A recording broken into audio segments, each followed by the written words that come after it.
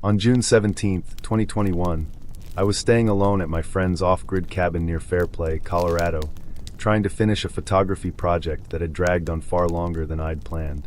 The cabin sat on a small rise above a meadow, the kind of open stretch where wind never seemed to stop moving. Even in June, the nights dipped low.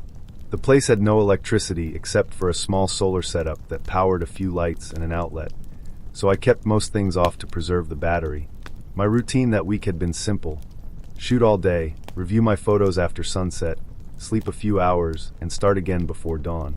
The isolation made everything feel sharper, like sounds carried more detail than they should, and the air itself had a sort of weight to it. That night I'd been editing files on my laptop until just before midnight, hunched over a small folding table, while a single LED lantern threw pale light across the room. The cabin was one large space: a narrow bed against the wall, a tiny wood stove, a counter with a dented pot and a filtered water jug, and a front window that faced the porch. The boards of the porch extended only a few feet from the door and ended abruptly at the dirt path. Beyond that, the meadow opened wide beneath a clear sky. I had set up a motion-triggered camera just outside the front door, angled slightly downward, so it would catch any animal that wandered close. I wasn't expecting much besides maybe a fox or a deer. The cabin sat a couple miles from the nearest gravel road. No one had any reason to walk up here. I fell asleep around 12:40 a.m., still in my clothes, the lantern turned down to its lowest setting. The wind kept brushing against the cabin walls with a slow, steady rhythm, and the wood creaked in a way that reminded me of an old ship on calm water. I slept lightly, the way I always did in unfamiliar places, aware of every shift in the air. At 3:20 a.m., the universe snapped bright white. I didn't hear anything first, I saw it. 3 sharp bursts of light came through the thin curtains, one after another in quick succession. My brain took half a second to register that it was the motion camera flash. No other light out here was that strong. I sat up fast, heart hammering hard enough that I felt dizzy for a second. The cabin was silent again. The wind had dropped off to nothing, leaving the night so still that even the sound of my own breathing felt out of place. I reached for the camera receiver on the table. It was cheap and had a tiny built-in screen that showed whatever the trap captured. I expected maybe a raccoon or a jackrabbit sprinting by, triggering multiple shots. The first photo came up, the porch empty. Every detail was clear: the rough wood grain, the small pile of dust in the corner, the faint outline of frost forming on the boards. Nothing unusual. I tapped to the next. The second photo made my throat go tight. Something tall and thin stood just beyond the reach of the porch light, right at the boundary where the brightness faded into night. I couldn't make out any details, not even clothing, just an elongated silhouette against the darker meadow behind it. It looked upright, still, not an animal, not anything that should have been out there at 3 in the morning with no sound of approach. My finger hesitated before tapping to the third. An eye filled the entire frame. Not a whole face, just the eye, close enough that the reflection of the flash made the iris impossible to distinguish. The skin around it was pale in the light, and the lens distortion made it feel like it was almost pressed against the camera. I stared at the screen for a long time, barely blinking. I hadn't heard the porch boards groan. Not once. They always groaned when I walked on them, even gently. The wood had dried and warped from years of weather. You couldn't cross them silently, especially not close enough to lean toward the camera. I sat there in the dim lantern glow, trying to slow my breathing.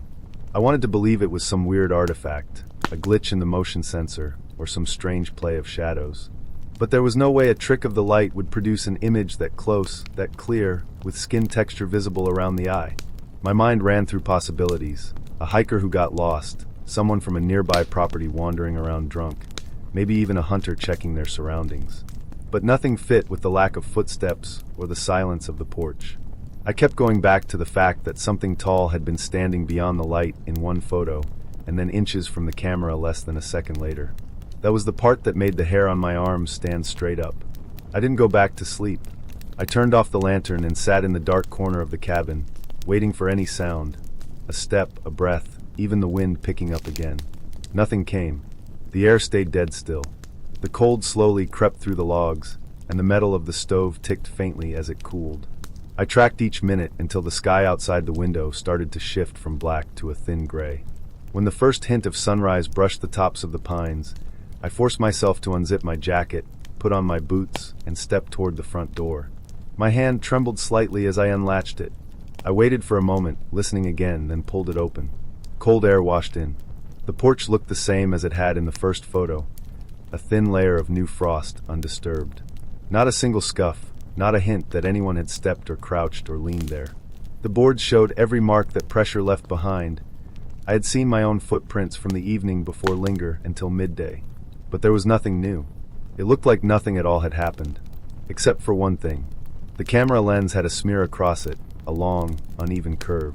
At first I thought it was condensation, but when I leaned closer, I saw the shape clearly. A fingerprint. Not a full print, more like a dragged one, where the ridges blurred into a faint arc. It caught the light in a dull pattern. Someone had touched the lens directly, hard enough to leave residue, but not enough to tilt the camera. My stomach turned at the thought of someone standing that close to the door. They would have been only inches away from where my head had been when I sat up in bed. I checked the ground beyond the porch. The frost there was even more delicate, untouched except for a line of prints from a small animal, maybe a rabbit, cutting diagonally through the meadow. No human tracks, no sign of weight in the soil. The cabin stood on open land. Anyone walking up would have left something behind. I worked slowly through the morning, double-checking the area, circling the cabin twice, and following the dirt path down a few dozen yards. No evidence, nothing disturbed. Whoever, or whatever, had come close enough to trigger the camera had left no trace except the fingerprint. I wiped it clean with a cloth, but stared at the pattern longer than I meant to, trying to understand its angle. It looked like someone had reached out, as if to cover the lens. I packed up that afternoon. Not because I thought someone would return. I didn't think that person would. It felt more like whoever had been there wanted only one thing: to let me know they could stand within a foot of the door without me hearing a sound. There was something purposeful about it, almost practiced, like the silence itself had been deliberate. The drive back to town took just under an hour, but it felt longer. Every time the wind shifted across the hood of the car, I felt the same tightness in my chest that I had when the flash went off. When I finally reached a place with cell service, I sent the photos to my friend and told him exactly what happened. He called me later that evening to say he'd never had anything strange occur out there, not in the 10 years he'd owned the cabin. He sounded unsettled in a way I hadn't heard from him before. I didn't go back. I finished the photography project from home, and I kept the 3 images in a separate folder on my hard drive. I've looked at them enough times to be sure there's no trick of light, no camera malfunction.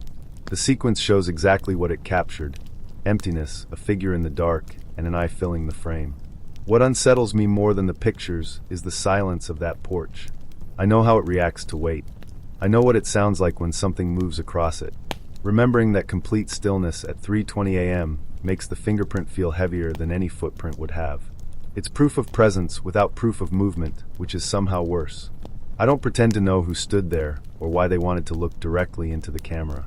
Maybe it was someone who knew the area well enough to approach without leaving obvious signs. Maybe they'd watched the cabin from the tree line for longer than I want to imagine. But I do know this. Someone was out there in the dark, close enough for their breath to have fogged the lens if the temperature had been warmer, and I slept through their entire approach. That realization stayed with me long after the photos stopped feeling shocking. It made me understand that the worst moments in isolated places aren't the ones filled with noise. They're the ones where everything is quiet, too quiet, all at once.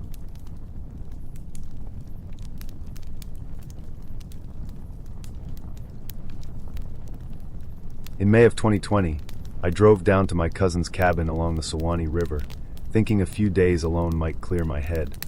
The place sat back from the dirt road, half hidden behind palmettos and a sagging wire fence, with a long wooden dock stretching out over the slow, dark water. The cabin wasn't much: 1 room, a kitchenette, a small back porch, and a front door that stuck whenever the humidity rose. But it was quiet. No traffic, no phone calls, no constant alerts. Just insects, the pulse of the river, and the drift of warm air thick with the smell of wet leaves. The first day felt normal. I swept out some old sand tracked in from previous visits, aired the bedding, and opened every window I could. By late afternoon the heat had settled like a blanket, and the air had that heavy river smell that always reminded me of mud mixing with sun-warmed wood. I spent most of the evening sitting on the back steps, listening to fish strike near the reeds. When night came, the darkness felt almost soft, like the edges of everything blurred. I fell asleep on the couch without meaning to, the kind of sleep that comes quickly after a long drive and a warm day.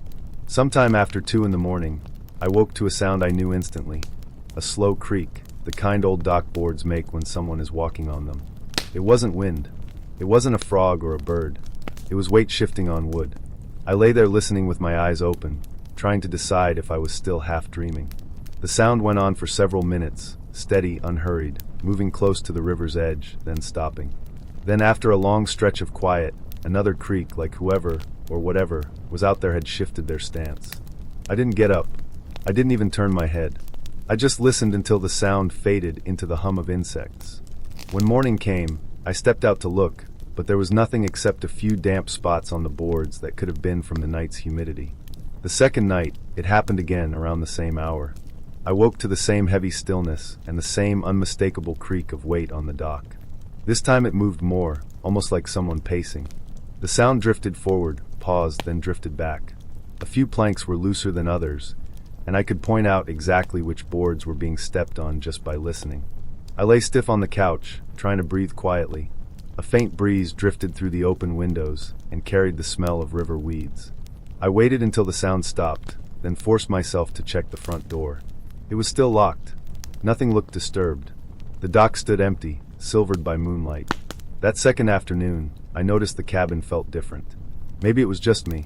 I had come down there to calm my nerves, to get space from constant stress, yet I found myself watching every corner of the property. I walked slow laps from the front steps to the dock, scanning the trees, listening for anything out of place. The river was calm, only a few ripples spreading out from drifting debris. I kept telling myself it had to be animals. A raccoon, maybe. Sometimes they walked strangely. Maybe an otter had climbed up during the night. But the sound had been too heavy, too rhythmic, like a person walking without trying to hide it. By the third night, I couldn't shake the feeling that I needed answers. I spent the late evening sitting upright on the couch, reading the same page of a book over and over without absorbing a single word. Around 2, I started drifting, that warm, sinking feeling in my limbs pulling me towards sleep. At 2:26 a.m., a sharp creak snapped me awake. The sound came from the same section of the dock as before, the part where the wood dipped slightly under weight. Another creak followed, then another. I grabbed the flashlight from the counter and stepped outside before I could talk myself out of it. As soon as the door clicked shut behind me, the dock went silent. The air felt thick and cool against my face, and the ground held the dampness of the river. I raised the flashlight and swept the beam toward the water. The dock stretched out smooth and empty, the planks looking pale under the light. The surface of the river lapped gently, catching the beam in small flashes. Nothing moved. Nothing disturbed the stillness except the slow bend of tall grass at the bank. I stood there longer than I meant to, letting my breathing even out, telling myself I'd finally caught whatever had been making the sound. Nothing. No intruder. No animal. Just the shifting noise of old wood in the night. For a moment, the explanation felt almost comforting. I turned the light back toward the cabin, and that was when I froze. The beam caught the ground in front of the door, muddy, uneven earth churned up by the humidity of the past days, and I saw the first set of footprints. They were mine. Same shoe tread, same width. The prints led straight from the door to the start of the dock. There should have been 2 sets, one from me leaving just now and one from me coming back. Except there weren't just 2. There were dozens, layered, overlapping, circling. The mud was pressed down over and over, like someone had walked the same path again and again for hours. The prints looped around themselves, tightening near the end of the dock, then curved back toward the cabin. I followed the beam along them, my pulse thudding in my ears. Every single print had the exact same tread pattern as the shoes I had on. None were heading off toward the trees. None belonged to anyone heavier or lighter. Just mine, repeated so many times the ground looked sculpted by movement. The immediate instinct was to assume I had somehow sleepwalked. But I hadn't left the couch. I remembered lying awake, heart beating fast, listening to the creaks, not moving except to tighten the blanket around me. I remembered feeling every second of it, and even if I had sleepwalked, I couldn't explain the number of tracks. I couldn't explain how I could have walked long loops for hours without waking, without feeling the damp river air or catching my skin on the rough wood of the doorframe. I couldn't explain how the mud had stayed wet enough to capture print after print without drying, unless the pacing had been constant, uninterrupted. I crouched and held the flashlight closer to the ground. The overlap of the prints told a story whether I wanted it to or not. The oldest ones, deeper and slightly drier, sat at the bottom of the churned mud. The newest ones, mine from moments ago, rested cleanly over the top. That meant the circling had been happening long before I stepped outside. Whoever had made those prints had done so steadily over time, and all of them matched my shoes. The explanation that finally settled in was not supernatural or strange. It was simple, and it landed with a weight that made my stomach tighten. Stress had been building in my life for months. Sleeplessness had become routine long before I drove to the river. The isolation of the cabin had amplified it. On the first night, I'd thought I'd slept deeply, but the restlessness must have woken something in me I hadn't noticed in years. I must have been sleepwalking, not briefly, but for stretches long enough to create those loops. The creaking I heard while lying on the couch had been the tail end of movements I wasn't aware I'd been making. The mind can split itself in strange ways under pressure. I had walked to the dock in the dark, pacing with no memory of it, returning to the couch before fully waking, then lying there convinced I had been still the entire time. Once I understood that, the silence of the dock made sense. The night air felt less menacing, more like a mirror held up to something I hadn't wanted to see. I stayed outside a long while, letting the truth settle. The river breathed its slow rhythm, insects trilled from the grass, and the cabin behind me seemed smaller than it had at any point during the trip. The footprints remained clear and undeniable. In the morning, I packed up and left. Not because I was scared of the place, but because I recognized how thin the line had become between what I thought I was doing and what my body was doing on its own. I needed rest, real rest, somewhere I could keep track of myself. When I closed the cabin door behind me, I glanced once more toward the dock. The mud was beginning to dry around the tracks, fixing them in neat, looping patterns. Not a mystery, not a warning, just evidence that even when I believed I hadn't moved, I had been circling the same path over and over, unable to see it until the night showed me plainly. I drove away thinking not about the creaking boards, but about how quietly exhaustion can take shape, and how easily a person can lose the sense of where they've been walking until they see the trail in full daylight.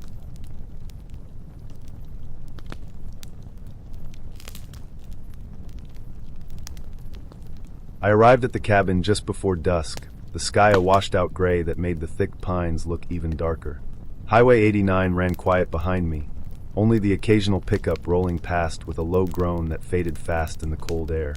The cabin was smaller than the pictures had suggested, a single-floor place with a tin roof and narrow windows.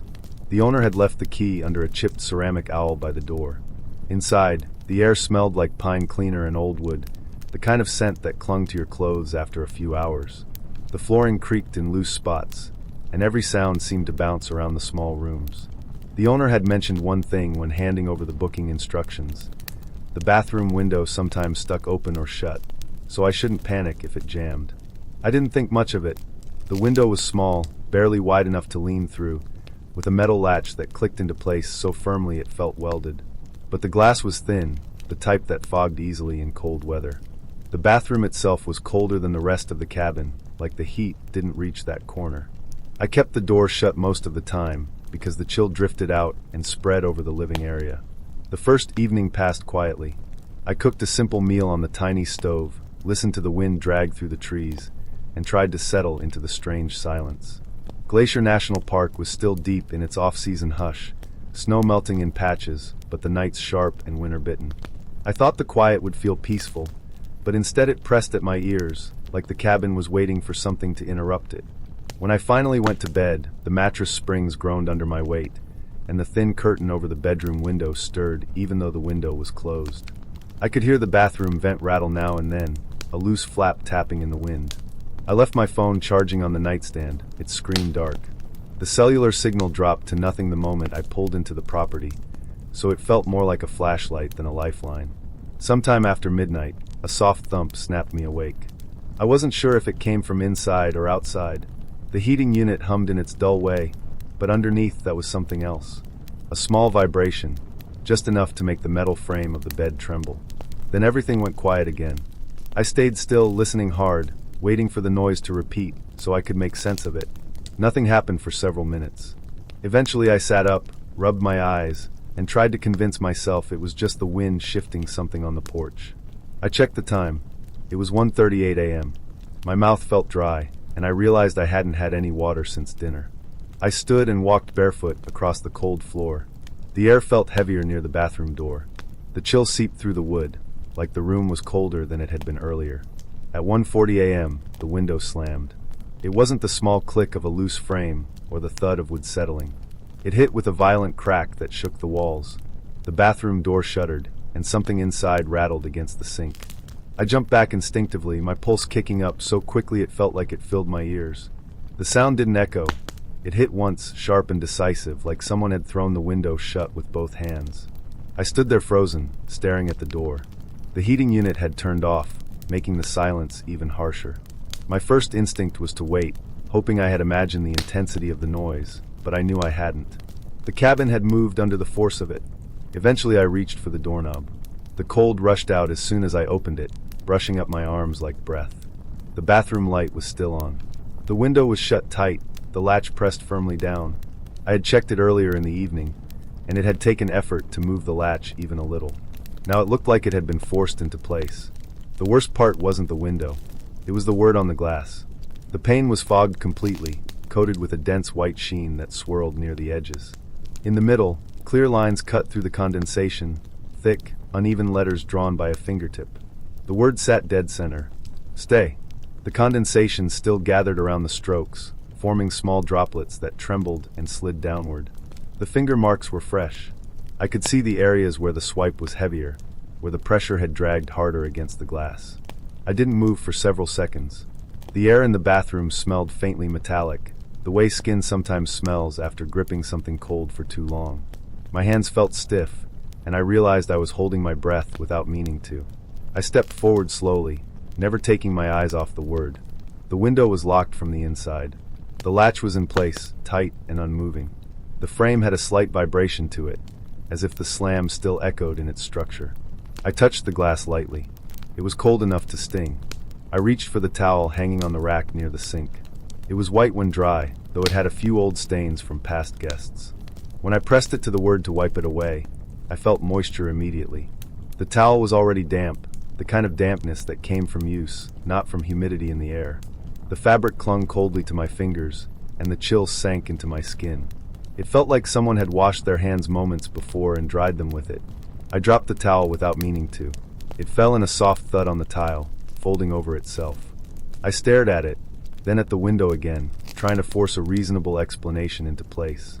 Someone could have been inside earlier, maybe a cleaner or a maintenance worker. Maybe the owner had come by before I arrived, checked something, and forgotten to mention it.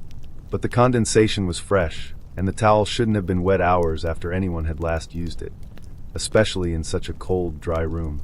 I crouched and touched the towel again. It felt colder now, almost icy near the middle. The dampness wasn't uniform. Certain patches were wetter, as if the fabric had been pressed unevenly against dripping hands. The heat kicked back on somewhere behind me, a sudden clunk that made me flinch. I stood, stepped out of the bathroom, and closed the door firmly.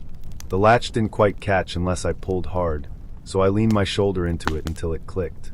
The chill stopped leaking out, but the memory of it still clung to my arms. I didn't go back to bed.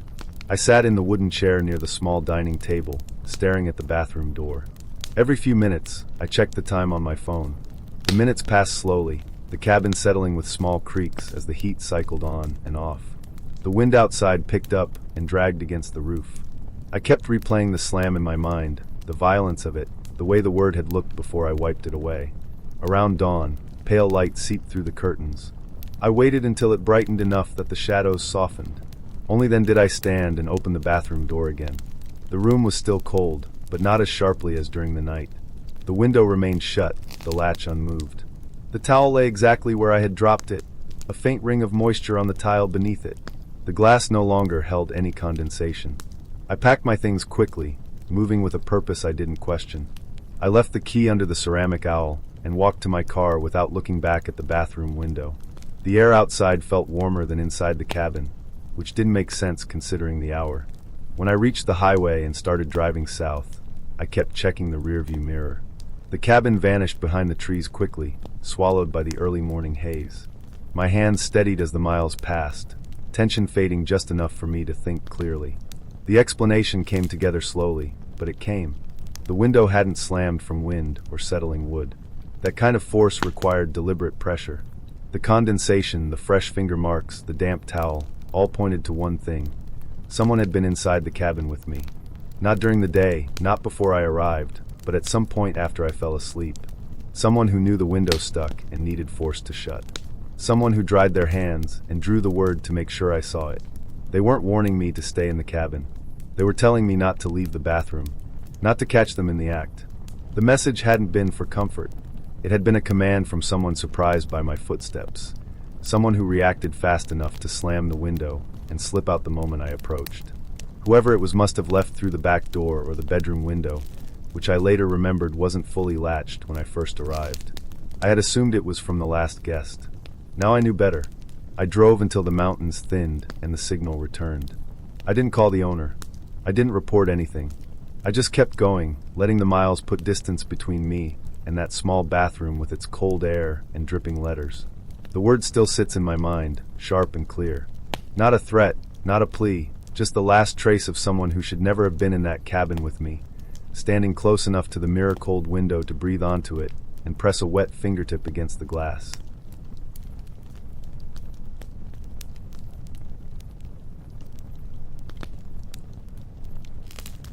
I was closing up my uncle's fishing cabin on Lake Nacimiento, California, around 11:30 p.m. in October 2023, when I noticed the kitchen chair pulled away from the table.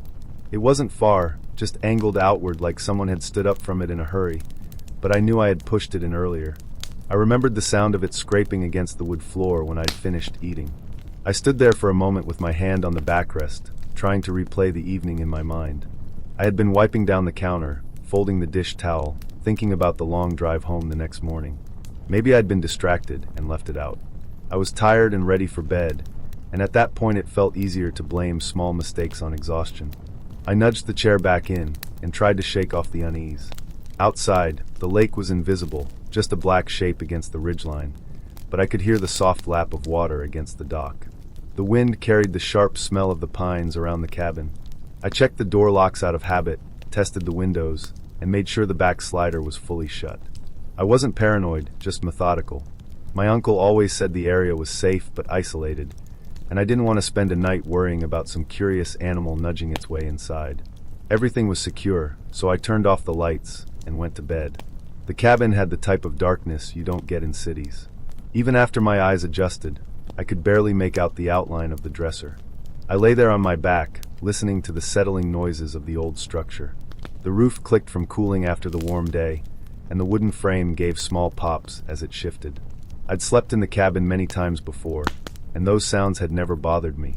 But that night my mind kept drifting back to the chair, the angle of it, the feeling that it had been moved after I'd finished cleaning up. At some point, I drifted off. The next thing I knew, my eyes snapped open in darkness, so deep I wasn't sure I'd actually awakened. My phone on the nightstand glowed faintly with the time. 1 a.m. I didn't know what had pulled me out of sleep until I heard the creak of the front door. It wasn't a full swing, just a slow, aching stretch of wood and metal, followed by a stop. The kind of sound made when a door opens just enough to break its seal. I felt a wave of cold move through me, not physical temperature, but something instinctive, like my body recognized danger a split second before my mind caught up. I pushed myself up, keeping as quiet as I could. The cabin's floorboards creaked no matter how carefully you moved, but I tried to shift my weight slowly. I reached for the flashlight and the gun on the nightstand. My uncle insisted I keep it there when staying alone. My hand shook just enough that I had to take a second breath before I stood. I could see a thin strip of moonlight cutting across the floor from the living room area. That meant the door had opened at least an inch. I wasn't sure if I expected to hear footsteps or breathing or something obviously threatening, but the silence was worse. I listened for any repeat of the door sound, any shuffle, but the cabin was still. I edged toward the hallway that led to the main room. The wood felt cold under my bare feet, and each step made a soft groan that sounded much louder than it should have. I forced myself to stop when I reached the corner, letting my eyes adjust to the faint bluish light. The front door was still shut. Completely still. The latch was firmly in place, the chain hanging in its normal position. But I had heard it. I knew I had heard it.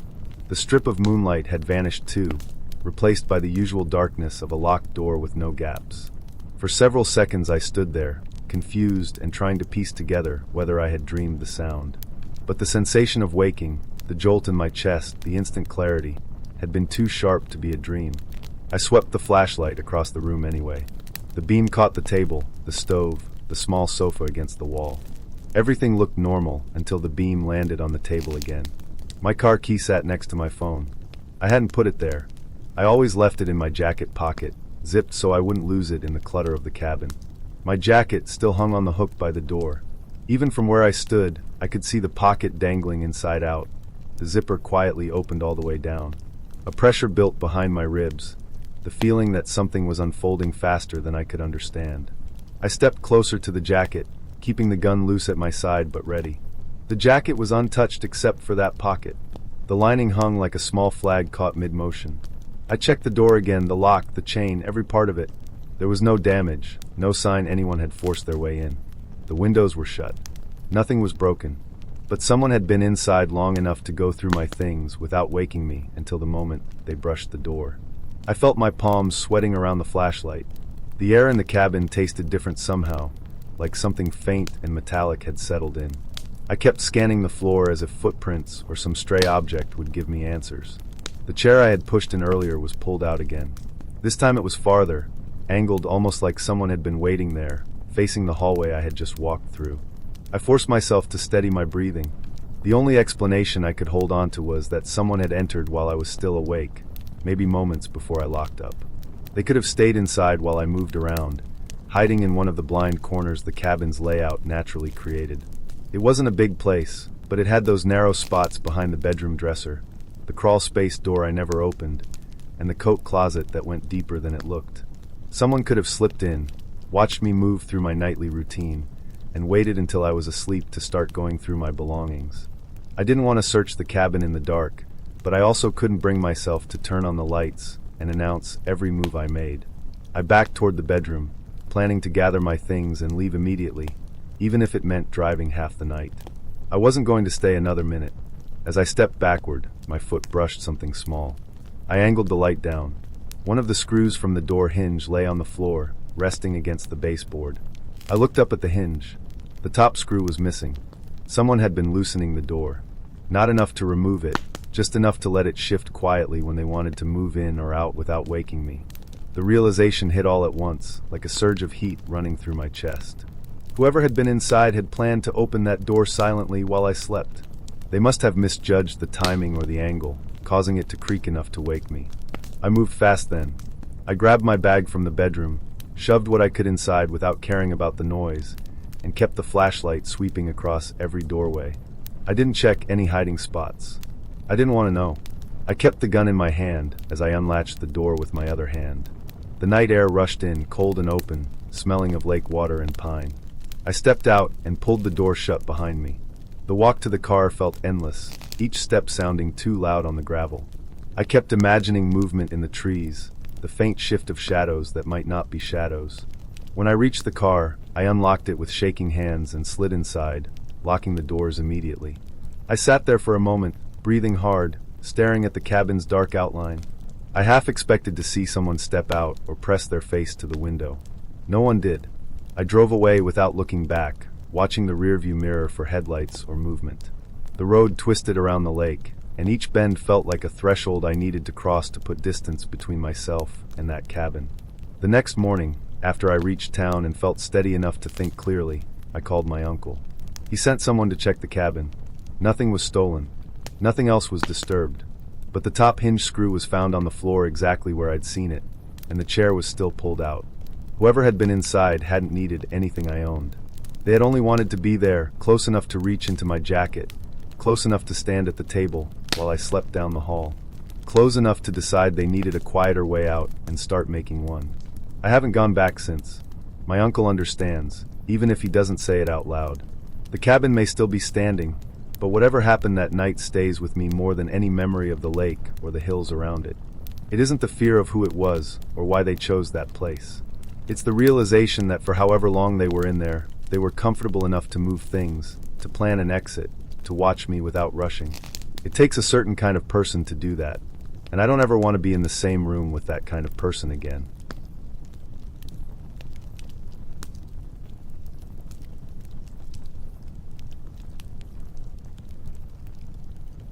In February 2022, I rented a small ski cabin a few miles outside Breckenridge, hoping the quiet would help me stay focused while I worked remotely. It was a single-room structure with a lofted bed, a narrow kitchenette, and a wraparound deck that sat just above knee-deep snow. The owners kept it stocked with basic supplies, and they told me the nearest occupied house was more than half a mile down the road. I arrived late in the afternoon, unloaded my gear, and settled into a routine by nightfall. The cold outside had a dense, metallic sharpness, the kind that felt heavier than the altitude itself. I slept early because the quiet was absolute, and I wanted to get used to it before the workweek started. At 2 a.m., I woke abruptly. It wasn't a dream or some sudden jolt. A sound had pulled me out of sleep, slow, heavy steps on the deck. The cabin was elevated enough that footsteps on the wood had a hollow, resonant quality, and these were deliberate and steady. One step, then another. The snow outside was frozen into a crust, so each footfall carried the brittle snap of ice breaking under weight. I lay still for several seconds, listening as the steps paused, then shifted closer to the window near my bed. I pushed the blanket aside and sat up. The interior was warm from the small propane heater, but when I breathed, my breath didn't fog in the air. The only fog I saw was on the window, one oval patch of condensation, low on the glass, as if someone had exhaled against it from the outside. The rest of the window pane stayed completely clear. I leaned closer, trying to see into the dark. I couldn't make out movement or even a distinct shape, only the outline of the snow-covered trees and the faint reflection of my own face. When I listened again, the steps were gone. I told myself it was probably an animal, maybe a large one, pressing its muzzle against the glass. The cabin was near the tree line, and tracks from deer and foxes were visible when I'd arrived. I waited a few minutes and checked again. The fog patch was still there, slowly thinning as the window equalized in temperature. I didn't go outside. I locked the door for the second time that night, though the deadbolt had hardly taken any pressure the first time. I got back into bed and stayed awake until the dim blue of morning pushed around the blinds. Once it was light enough, I went outside to inspect. The snow around the cabin was undisturbed except for one clear line of footprints coming from the trees. Not animal tracks, boots. Large ones. Size 13, if I had to guess. Deep tread, sharp edges recent. They came straight from the woods, walked to the corner of the deck, then continued around the entire perimeter. They paused at each window, pressing close enough that the packed snow beneath had circular depressions where the person must have stood and turned. Then the tracks continued around the back and toward the far side of the deck. I walked the full loop twice, trying to find where they led next. There were no outgoing tracks. The single trail came in from the tree line, circled the cabin, and stopped. Nothing showed the person walking back out or heading anywhere else. The deck had enough snow to register clear prints, but after they made the circuit, the trail just ended. I checked under the deck, though the snow there was undisturbed. I checked around the propane tank, the storage shed, even the roofline, though I knew logically nobody would climb up there without leaving marks in the snow piled against the supports. Inside, I tried to return to work, but the quiet felt different than the night before. The cabin had a stillness that no longer seemed peaceful. Each noise, the heater cycling, branches shifting in wind, ice settled against the outer walls, registered as movement. I kept glancing at the windows, expecting to see a shadow or more fog forming. The fog patch from the night was gone, completely dry now, but its outline remained clear in my mind. By afternoon, I convinced myself the footprints had to be older than they looked. Maybe sun exposure and wind had erased the exit trail. The snow around the cabin was uneven, and drifting was common. Nothing about the mountains stayed consistent for long. I held on to that explanation until evening settled and the temperature dropped again. At 9 p.m., while I made coffee to stay awake, the power flickered once, then stabilized. The overhead light dimmed in a long pulse before returning to full strength. I checked my laptop and phone, both still charged, both still connected to the cabin's weak Wi-Fi. I tried to dismiss the flicker as a normal issue. The cabin ran off a line that wound through several miles of forest, so occasional instability made sense. At midnight, the noise returned. I wasn't asleep yet. I had been reading, half-focused, waiting for fatigue to catch up with me. The steps were slower this time, spaced apart as if the person was careful not to disturb the boards too much. But the boards creaked all the same. I sat completely still, listening. The footsteps moved along the same path as the night before, starting near the far corner of the deck and rounding toward the closest window. I didn't approach the glass. I stayed on the lofted bed, looking down toward the lower half of the cabin. The heater hummed, then clicked off. The sudden drop in ambient noise made the footsteps clearer. They paused directly in front of the window near the kitchenette. Then a faint scrape followed, like a gloved hand brushing against the siding or railing. After several seconds, nothing else happened. The silence became total again. I waited a full minute before climbing down from the loft. The urge to check the window battled with the urge to remain unseen. I compromised by crouching below the window frame and tilting my head enough to see the lower edge of the glass. A fresh fogged patch marked the same height as last night. I moved away from the window and sat near the door, watching the shadowed outlines of the deck boards through the curtain. No silhouettes, no movement, no sound. I stayed there until the gray of dawn softened the interior. Outside, the pattern repeated. The footprints were fresher, crushing yesterday's prints into deeper shapes. Again, they circled the entire cabin and stopped. No outbound path existed. The snow beyond the original entry line was untouched.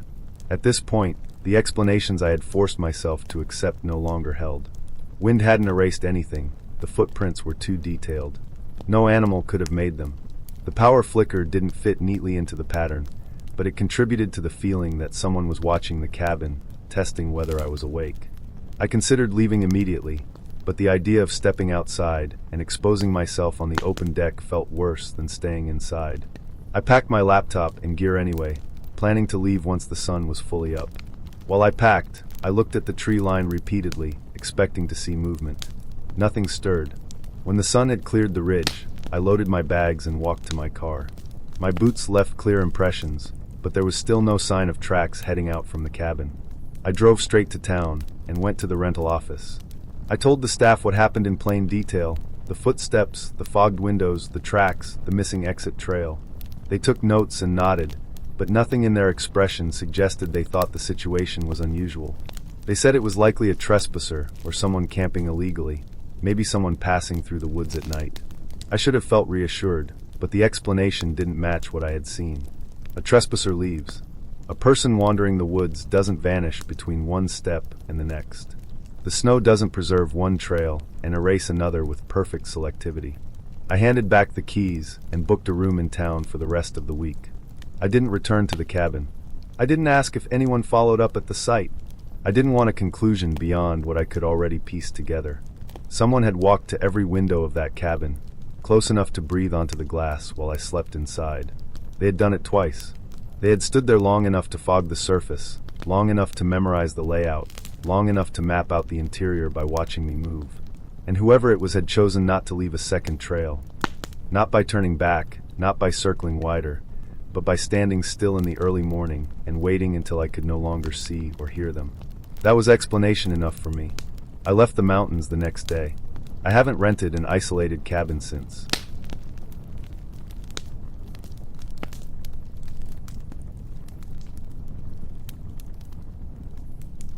I booked the cabin because I wanted a quiet New Year's Eve, something different from the usual noise of friends and bars and countdowns shouted over music. The listing mentioned a lakeside view, a wood stove, a small kitchen, and a landline because cell service around Spooner could be unreliable in storms. It sounded old-fashioned in a way that appealed to me. I drove up on December 31st, reaching the cabin just before the snow started coming down in thick, straight lines that swallowed the road behind me.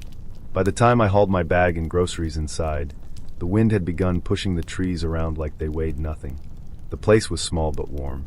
The lake was somewhere beyond the dark windows, but I couldn't see anything except my own reflection in the glass. I unpacked slowly, listening to the building hum of the storm. The wood paneling smelled faintly like sap, and the floor creaked every time I walked from the kitchen to the living room. It felt lived in, not polished for guests, which comforted me in a way I didn't expect. I turned on a single lamp, made tea, and tried to settle into the quiet. Around 9:30 p.m., a sharp, heavy thud broke through the wind. It wasn't muffled like a branch dropping snow. It was abrupt, metallic, and close. It took me a moment to realize it sounded exactly like a car door being slammed. I stood up so fast the mug rattled. For a second, I felt a wave of relief. Neighbors meant company close by, another person out here in the storm, someone else awake as the new year approached. With the wind forcing the snow sideways, that kind of presence mattered in small ways. I stepped to the front window and eased one slat of the blinds down with my finger. The porch light cast a weak yellow glow that dissolved a few feet out. Beyond that was darkness and swirling white. The driveway was clear enough to see the ground, but no car sat there. No moving headlights, no idling engine sounds, not even the shadowy shape of someone walking. I felt a prickling under my scalp. I turned on the exterior lights and checked again, this time more carefully. The snow was fresh, clean, and undisturbed except for the shallow line of my own boot prints from earlier. Any vehicle arriving in that weather would have left tracks deep enough to stand out like scars. I closed the blinds too quickly, feeling embarrassed at how fast my hands moved. I told myself the sound must have come from something in the storm, maybe a branch whipping hard against the siding or something blowing around the porch. I replayed the noise in my head, trying to fit it into something ordinary. The storm made everything strange, I reminded myself. Snowstorms distort sound. Winds echo against cabins differently than in cities. I repeated these thoughts until they settled enough for me to move back to the couch. The night dragged on in slow, uneven stretches. The wind rose and dropped in rhythmic patterns that made the walls vibrate. I checked my phone every so often, staring at the empty service indicator, then set it face down again. Around 11 o'clock, I put more wood in the stove. The fire snapped loudly, tossing orange light across the cabin. I kept glancing at the windows, unable to stop the habit even though I knew I would see nothing but dark glass and snow flickering against it. I read the same paragraph of a book 3 times without absorbing it. Midnight crept up in a quiet way. There were no city fireworks, no neighbors shouting at each other from balconies, no countdown on a TV.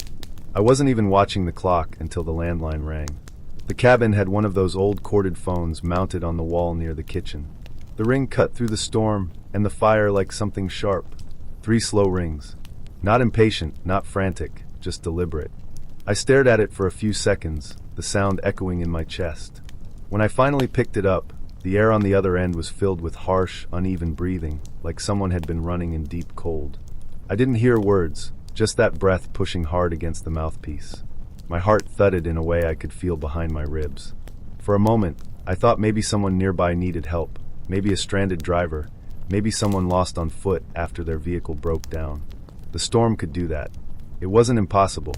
I forced myself to listen, to pick up any details in the breathing, any background noise that might give context. Then, faint and delayed, I heard my own voice echo back. The same tone I had just used to answer. A jagged, almost hollow version of it, like someone replaying a recording through a cheap speaker. It wasn't a perfect match, slightly warped, but unmistakably mine. The line clicked immediately after, leaving only the soft hum of the empty connection before I slowly lowered the receiver. My first thought wasn't horror. It was confusion, dense, practical confusion. I pressed the receiver to my ear again, listened for a dial tone, then hung it up. I checked the phone cord and the wall jack. Everything looked normal. I reminded myself that storm conditions could cause interference. Landlines could cross, signals could bounce strangely when ice weighed down lines, and recordings could sometimes play through wires by accident. I'd read something like that before, though I'd never experienced it. But the breathing didn't feel like interference. It felt intentional, human, close. I grabbed my boots and coat, telling myself I needed to check outside for stranded travelers. The cold swallowed me as soon as I opened the door. The wind blew snow sideways into my face, and my eyelashes crusted almost instantly. The porch light revealed only a swirling white curtain. When I stepped out, the snow came up nearly to my shins. There were still no tire tracks, no footprints except my own earlier ones, now softened at the edges. I called out once, but the sound vanished into the wind. Nothing answered. Back inside, I left the coat on. My body felt tense, wired. I unplugged the landline, then plugged it back in, unsure if that would even help. The cabin felt different now, heavier somehow. I checked every window, making sure the locks were tight. I paced a slow pattern from the stove to the kitchen and back again, listening for anything beyond the storm. An hour passed before I let myself sit down. The snow kept falling, but the wind eased just enough to hear the cabin settling. I tried to think through everything logically. A sound like a car door could easily have been the wind slamming something loose. The phone call could have been a crossed line, the breathing just some stranger with an unstable connection, my voice looping back from some interference glitch. The lack of tracks outside could simply mean no one had been there. All of it could be explained, even if the explanations felt thin and uncomfortable. But explanation or not, sleep wouldn't come. I stayed awake until the first hint of gray light seeped around the blinds. When I finally stepped outside again, the storm had calmed. The snow lay smooth and heavy across the driveway. No sign of anyone passing through. No tracks, no dropped items, nothing disturbed. Only the long, narrow impressions from my boots at midnight, and then again in the morning. The landline didn't ring again. When I checked its call log, an old paper booklet hung next to it. There was no way to verify anything. The phone wasn't digital, didn't store any information, didn't care whether anyone had breathed into it or echoed my voice back across the storm. I left the cabin before noon.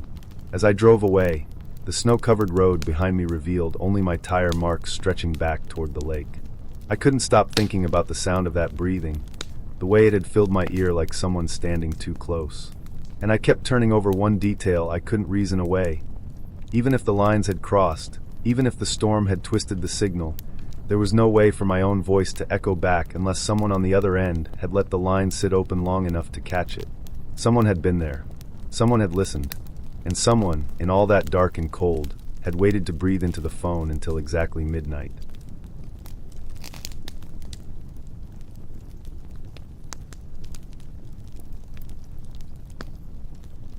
On August 3rd, 2019, I stayed in a cheap hunting cabin outside Cody, Wyoming, the kind of place that creaks when you breathe too hard and smells like old pine and colder months. I had booked it because everything closer to town was filled for a rodeo weekend, and I didn't feel like paying for a motel that looked hardly better. The listing said the cabin had basic amenities, which turned out to mean a hand-pumped sink, a rickety cot, a propane lantern, and an old CB radio sitting on a shelf like a leftover organ from another era. The generator hooked to the side of the cabin was too loud for my liking, so I kept it off and planned to use my laptop only for reviewing trip photos until the battery went out. There was no cell service, but I had known that part already. When I arrived around dusk, the air was dry and cool, with a faint tang of dust rolling in from the open fields. A single dirt road climbed up to the cabin, one lane and full of shallow ruts. My car left the kind of clear tire marks you'd expect, soft powdery tracks that held their shape. I noticed them when I stepped out, mostly because I was considering whether the soil might turn muddy if a storm rolled in overnight. The sky looked harmless then, pale blue fading into gentle orange, but Wyoming weather likes to play games. Inside, the cabin was even smaller than the photos suggested. The cot sat against the far wall, next to a stack of flattened cardboard boxes someone had never thrown out. The floorboards were uneven, one plank bowed downward in the middle, almost soft when I pressed with my boot. The CB radio sat on a shelf above a milk crate filled with tangled cords. Its power cable was plugged into a wall outlet that felt loose when I touched it. I unplugged it, more out of habit than anything, and used the outlet to charge my laptop instead. The first couple of hours passed quietly. I heated a can of soup on a portable stove and ate it on the porch while the horizon darkened. Coyotes yipped in the distance, their voices rising and falling in the dry air. The temperature dropped fast, enough that I had to put on a heavier jacket.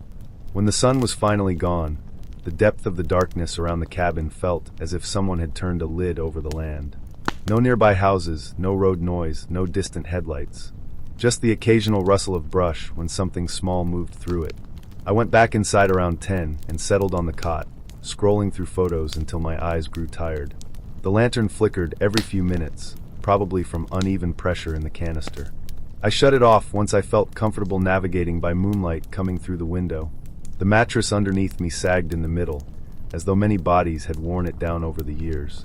I stretched out and listened to the cabin shift with cooling air. Sometime around midnight, I became aware of a faint tapping under the floorboards. At first, it blended into the regular nighttime sounds, the wood popping, the occasional scratch of wind. But after a moment, the tapping developed a rhythm that was too deliberate, too steady. It came from directly beneath the cot, a light, quick knock that reminded me of someone testing the underside of a table with their fingernails. My first thought was rodents. It made sense. The place was old, and the floor likely had gaps. I tried to ignore it, but the tapping continued, spaced out enough to interrupt any attempt at drifting off. I shifted my legs, hoping the movement would scare whatever was down there. The tapping stopped for a few seconds. Then it resumed, slightly harder this time, as if it were reacting to me. I sat up. The cot springs groaned beneath my weight. The tapping stopped again. I held my breath and waited. Silence stretched out, and for a second, I thought I had scared the thing off. But then, behind me on the shelf, the CB radio crackled. I turned slowly. The radio wasn't plugged in. I had pulled the cord earlier and left it coiled beside the outlet. The device glowed faintly, its tiny indicator light pulsing, as though someone were feathering the power switch. Static whispered from the speaker in a thin, shaky hiss. The smell of warm circuitry drifted faintly into the air, even though it had no power source. Then the static dipped into a muffled pattern, like distant breath brushing over a cheap microphone. A low hum vibrated through the shelf. I felt the air in the room shift slightly, a change difficult to describe but real enough to raise the hair on my arms. My first instinct was that maybe the generator outside had kicked on automatically, sending some current through the wiring, but I hadn't heard any engine start. Everything outside remained silent. The radio hissed once more, then fell quiet. The cot seemed colder beneath me. I swung my legs over the edge, letting my feet hover just above the floor. From directly beneath them, the tapping resumed, but slower and heavier than before. It felt deliberate enough that my body reacted before my mind caught up. A surge of cold ran through me, snapping my muscles tight. I pushed myself backward until my spine pressed against the far wall. The cot squealed with the motion. The tapping under the floor shifted with it, traveling along the underside of the boards until it paused below my right heel. The silence became unbearable, packed with so much tension I felt almost dizzy. I decided that I wasn't staying in that cabin another second. I snatched my jacket, grabbed my keys from the crate, and moved toward the door as quietly as I could. My boots scraped lightly against the uneven floor, and the tapping followed each step, shuffling underneath me with uncanny precision. I kept my eyes on the door, afraid that if I looked anywhere else, something might catch my attention in a way I couldn't recover from. I pushed the door open and stepped outside. The cold air shocked my lungs. I didn't turn around. I didn't listen for anything behind me. I walked straight to my car, hands shaking so badly that I dropped the keys once before finally getting the door open. When the engine turned over, the headlights swept across the dirt clearing in front of the cabin. That was the moment I froze, gripping the steering wheel until my knuckles tightened painfully. In the powdery dirt beside my own tire tracks, a second set of tracks cut cleanly through the soil.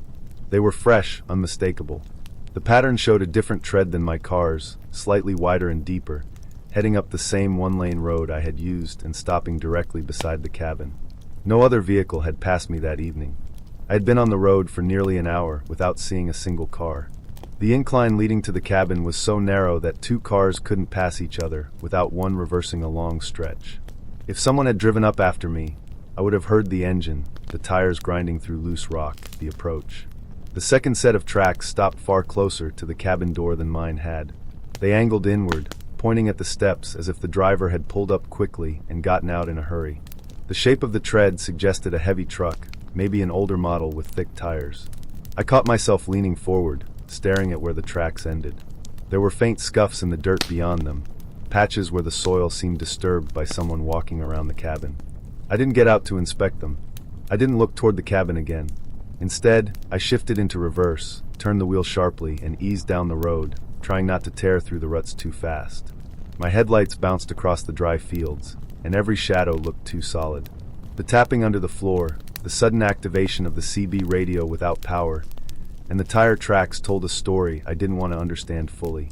Someone had been under that cabin, close enough to track my movements through the floorboards, and someone had arrived after me without making a sound I could recognize. When I reached the main road, the air seemed to loosen around me.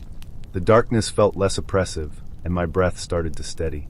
I drove straight back to town, and slept in my car in a grocery store parking lot. It wasn't comfortable, but it felt safe. The next morning, with sunlight warming the windshield, the entire experience felt stark and undeniable. There had been no strange figures, no floating lights, nothing impossible. Just a very real person in a place where no one else should have been. Someone who had come up that road without warning and moved beneath the cabin floor as I lay there. I didn't report it. I couldn't imagine explaining the details without sounding unhinged, and everything I had seen could be interpreted in ways that led nowhere. Instead, I left Wyoming that afternoon, avoiding the cabin road entirely. For the rest of that trip, I kept my eyes on every patch of dirt behind me, looking for unfamiliar tire tracks. I never saw any, but that didn't erase the memory of how close they had come that night, or the slow realization that whoever had been under that cabin floor must have climbed out after I ran. I still think about how quiet they must have been to leave without a sound.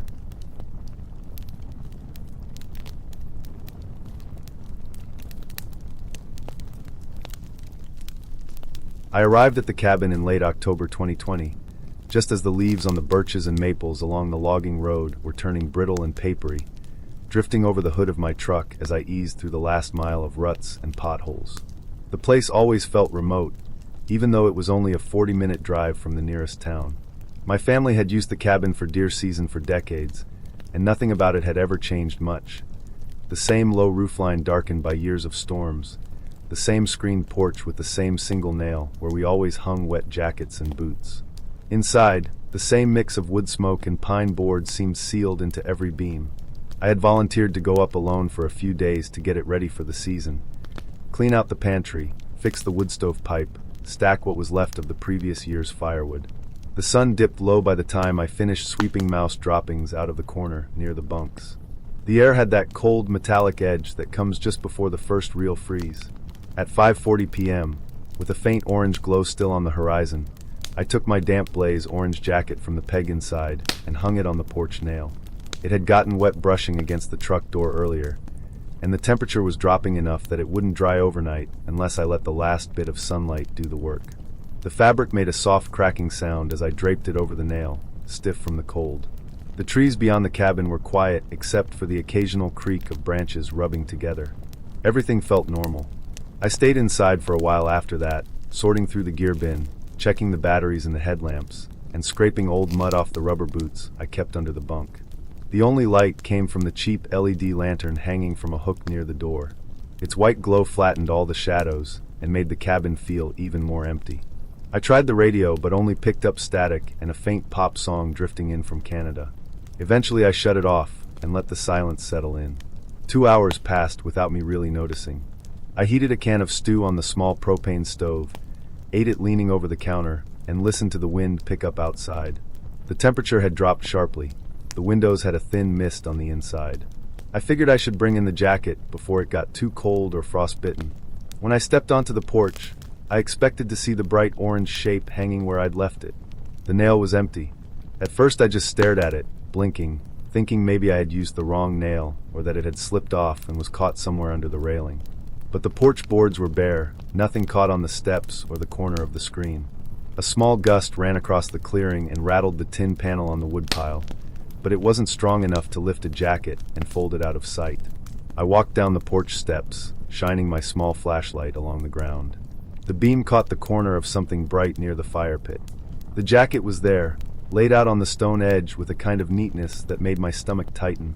It hadn't blown or tumbled, it was folded. The sleeves were crossed over the chest area, like a person might rest their arms while lying on their back. The fabric was smoothed down as if someone had pressed their hands over it. Everything about it was deliberate. I felt the air shift behind me, a subtle pressure of cold moving across the clearing. I turned the flashlight downward, and that was when I saw the prints in the damp soil, 2 deep, parallel impressions where someone had knelt. The knee marks faced the cabin. They were close together and sunk deep enough that the person must have stayed in that position for a while. The soil was dark and heavy from the earlier rain, holding the shape clearly. It looked like someone had crouched there, kneeling in the wet earth just to watch the windows. The smell of cold moss and wet leaves rose as I crouched to look closer. There were no clear footprints leading in or out from the kneeling spot, just the faintest disturbance in the leaves that made it impossible to tell which direction the person had come from. The woods around the cabin were thick, and anyone could have approached silently, especially if they knew the terrain. The thought made the back of my neck prickle. I picked up the jacket, brushing soil off the cuff, and went back inside. My heartbeat felt heavy, pulsing in my ears. The idea that it was a prank crossed my mind, but no one I knew would bother driving that far out just to mess with me, especially not on a cold weeknight in late October. The surrounding camps were empty until November. Even if someone had been passing by, most hunters didn't go wandering around strangers' cabins after dark. I locked the cabin door, something I rarely did, and checked the windows to make sure each latch was snug. The wind outside had grown steadier, brushing the branches against the roof in long, dragging movements. The lantern light flickered once as the propane stove cooled. I tried to sit at the small table and read an old hunting magazine left from years before, but every few minutes I caught myself glancing at the window, half expecting to see a shape or faint movement against the glass. Eventually, I forced myself to focus on practical things, making sure my phone was charged, even though there was no service, placing the hatchet within easy reach, but not in a way that felt like I was panicking, keeping the lantern where it lit most of the room. I lay in the bunk, but didn't get under the blanket yet. The silence pressed in from every side, broken only by the occasional crack from the cooling wood stove pipe. I listened for footsteps on the porch or a hand brushing the siding, but the night stayed still. Sometime around midnight, I heard a soft thump outside, not loud enough to be someone jumping onto the porch, more like a boot striking a root or a knee shifting against the earth.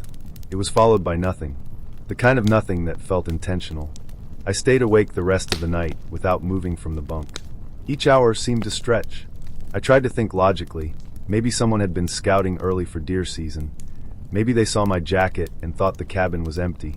Maybe they got spooked when they realized someone was inside. The kneeling prints bothered me the most. Kneeling wasn't something a person did on a whim. It implied waiting, watching, settling in. When the first gray light came through the windows, I finally stepped outside. The air was sharp and cold, carrying the scent of decomposing leaves. The ground around the fire pit was exactly as I'd left it, except the knee prints now looked slightly softened by the frost. I followed the faint disturbances in the leaves toward the tree line, but they vanished halfway, swallowed by the forest floor. Whoever had been there moved with a kind of patience I didn't want to think about. I packed the truck quickly, checking over my shoulder more than once.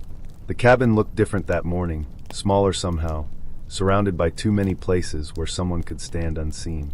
Before leaving, I walked the perimeter one last time, not searching for anything in particular, just confirming that the world outside was empty. Nothing turned up. I drove away knowing exactly what had happened, even if I never saw the person responsible. Someone had come through the woods in the fading light, taken my jacket, folded it in a way that suggested care or control, and knelt in front of my cabin for long enough to leave deep impressions in the wet soil. They had watched the windows and waited to see if anyone moved inside. It wasn't supernatural or imagined. It was a person, a real person, who had walked away as quietly as they came, leaving only the shape of their knees in the ground. I never stayed there alone again.